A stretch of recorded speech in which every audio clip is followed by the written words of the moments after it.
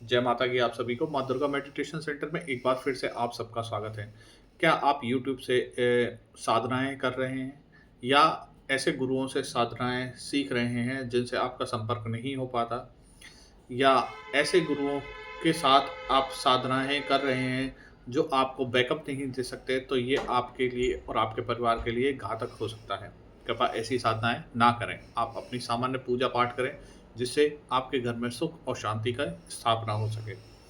आज हम इसी विषय पे बहुत सारी चर्चाएँ करेंगे कि जो भी हम साधनाएँ कर रहे हैं, मैंने देखा है आजकल लोगों को 10 महाविद्याओं की साधना के पीछे बहुत विशेष ज़ोर है और लोग कर भी रहे हैं और करने के साथ-साथ वो अपने घर पर नेगेटिविटी की आमंत्रित भी कर रहे हैं।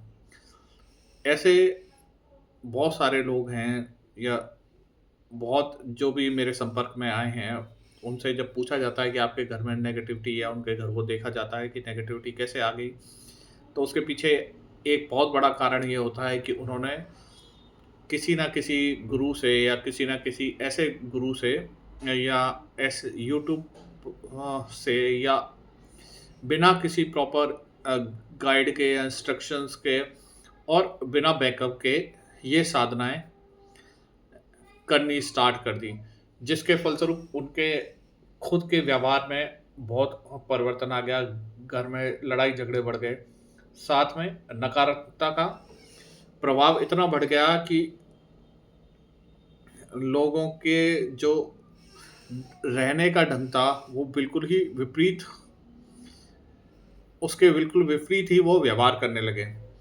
तो ये सब नकारात्मकता के या जिसे हम कहेंगे मनमाने आचरण के प्रभाव हैं, जो हम सोचते हैं कि हम किसी भी उठाकर साधना को कर लें, क्योंकि आप साधना क क्योंकि जो भी आज इन्फॉर्मेशन टेक्नोलॉजी का युग है, सब कुछ लोग आपको नेट पर अवेलेबल है, लेकिन उसके दुष्प्रभाव जो दिख नहीं रहे हैं, वो भी टेक्नोलॉजी आपको बता तो सकती है, लेकिन आपको अनुभव नहीं करा सकती हैं।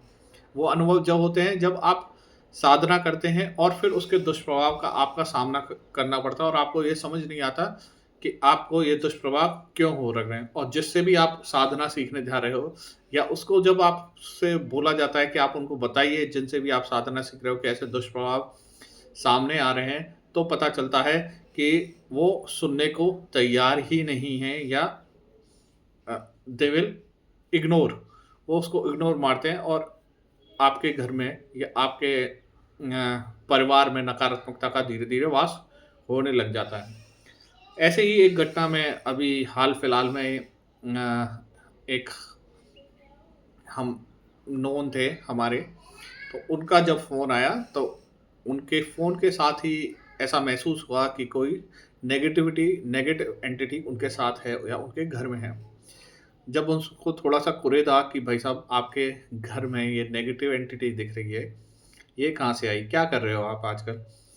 तो फिर उन्होंने जब कुरेदा तो उन्होंने बताया कि हाँ, मुझे बहुत नकारात्मक ख़्याल आ रहे हैं। इतना मन करता है कि मैं पूजा-पाठ बंद कर दूँ, जो भी उनके घर में होता है ना। और मतलब जो भी उनके अच्छे व्यावहारिक सज्जन पुरुष उनके व्यवहार में थे, उन सबको उन्होंने नकारात्मक उनके प्रति नकारात्मक भाव उत्पन्न होने लगा और वो खुद भी इस बात को उससे परेशान थे कि ऐसा क्यों हो रहा है, जबकि ऐसी कोई घटना घटित नहीं थी। जब उनसे पूछा और कुछ था कि नहीं भाई साहब, कुछ आपने तो ऐसा कुछ किया तो नहीं जिससे नकारात्मकता आपके घर में पड़, तो फिर उन्होंने स्वीकार किया कि मैं 10 महाविद्या की साधना कर रहा था और उक्त गुरु के निर्देशन में कर रहा था। तब पता चला कि जब वो माँ काली का आह्वान कर रहे थे, तब उनके पहले दिन ही ये नकारात्मकता उनके घर में आ गई। अब जब उनसे बोला गया कि आप जिनके भी निर्देशन में काम कर रहे थे, उनसे बोलिए कि ये मुझे ऐसे नेगेटिव फ़ील हो रहा है। जब उन्होंने कोशिश भी करी उनको बताने की, तो उन्होंने इग्नोर मारा और जब इग्नोर मार के और फिर ये बोला कि नहीं ऐसा हो जाता है, ये हो जाता है, लेकिन उसका सॉल्यूशन नहीं हुआ। जब तक उस नकारात्मकता चीज़ को आप प्रॉपर सॉल्यूशन के थ्रू हटाएँगे नहीं, तो वो आपको, आपके परिवार को इफ़ेक्ट करती रहेगी और आपकी साधना को भी निष्फल कर देगी।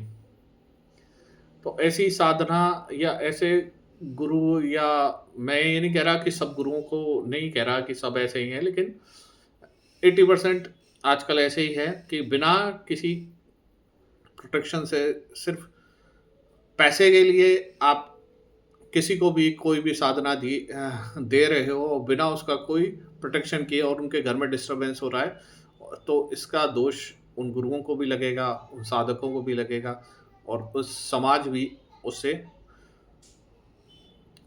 नकारात्मकता उत्पन्न होगी। अब ये नकारात्मकता के कारण ही हम सनातन धर्म से, या अपने जो इनसे जो बेनिफिट होते हैं, उनसे हम वंचित हो जाते हैं। इवन मैंने ये भी देखा है कि बहुत सारे गुरु या कुछ ऐसे प्रयोग भी सिखा रहे हैं कि आप इनको किसी पर प्रयोग भी कर सकते हो, जो कि बहुत ही गलत है। अब ये बहुत गुप्त बातें होती हैं जो सामान्य जनमानस को नहीं सिखाई जाती, या जो योग्य पुरुष है या स्त्री है, उसको ही ये बातें बताई जाती हैं। देखिए, एक होता है कि आप एटम बम को किसी अनाड़ी के हाथ में दे दो, और एक एटम बम को एक योग्य पुरुष के हाथ में दो, तो वो उसका तभी यूज़ करेगा जब बहुत ही ज़रूरत होगी, और अज्ञानी के हाथ में देखो तो उसको बार-बार चलाएगा, और वो अपने को तो खुद को नुकसान पहुँचाएगा और दूसरों को भी नुकसान पहुँचाएगा, और हमारा जो सनातन धर्म में के प्रति जो विश्वास है, उसको अविश्वास में परिवर्तित कर देगा, और गुरुओं के प्रति भी अविश्वास उत्पन्न हो जाएगा।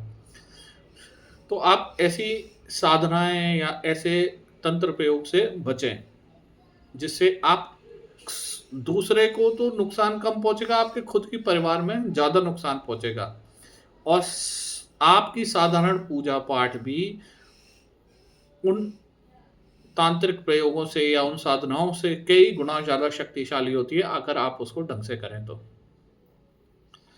गृहस्थ के लिए, सामाजिक पुरुष के लिए, सामाजिक स्त्री के लिए जो कर्मकांड, जो रिचुअल्स हमारे समाज में प्रचलित हैं, जो अच्छे से उनको अच्छे से निभाइए, तो आपको भी वही बेनिफिट मिलेंगे। साथ में मन की शांति भी मिलेगी, आपके दिमाग में शांति रहेगी, आपके परिवार में शांति रहेगी। देखिए, कोई भी चीज़ आपको आपके प्रारब्ध से ज़्यादा नहीं मिल सकती, ठीक है? और अगर आप ये सोचते हैं कि हम थोड़ा-सा जप, पूजा, ध्यान करेंगे तो कोई भी देवता आके हमें ये प्रदान करेंगे, तो वो ऐसा नहीं होता। जब तक उसके लिए कठोर तप ना किया जाए, और उस लेवल का तप ना किया जाए कि देवता मजबूर हो जाए कि आपके कार्मिक बंधनों को काटे। देखिए, बड़े-बड़े जो भी सिद्ध या ऋषि-मुनि हैं, वो सबको यही समझाते हैं, यही कहते हैं कि आपका जो प्रारब्ध है, वो आपको भोगना ही पड़ेगा, ठीक है? अगर आप किसी के लिए प्रार्थना भी करते हैं और आपकी प्रार्थना से उसका प्रारब्ध करता है, तो उसके कर्म बंधन भी आपको भोगने पड़ेंगे।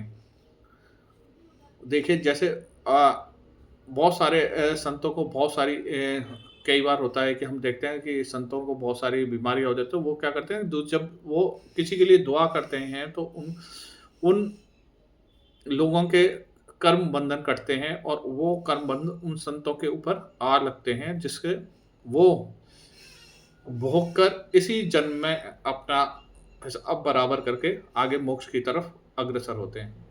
तो इसलिए ऐसा नहीं है कि आप ये तंत्र प्रयोग करोगे, ये करोगे, वो करोगे, या आपको फ़ायदा होगा, कुछ फ़ायदा नहीं होगा। ये आपके कर्मों को और नकारात्मक बनाएगा, और आपके नकारात्मक कर्म आपको आज नहीं कल आपको नकारात्मक परिणाम ही देंगे, आपको कोई अच्छे परिणाम नहीं देंगे। जो भी पूजा-पाठ या जो भी हम साधनाएँ करते हैं, वो मानसिक शांति के लिए किया जाती है। जब मानसिक शांति होगी, तो आपको अच्छे थॉट्स आएँगे, आप भगवान के प्रति समर्पित होंगे, और आपके कर्म बंधन कटेंगे, और आपके साथ अच्छा होगा।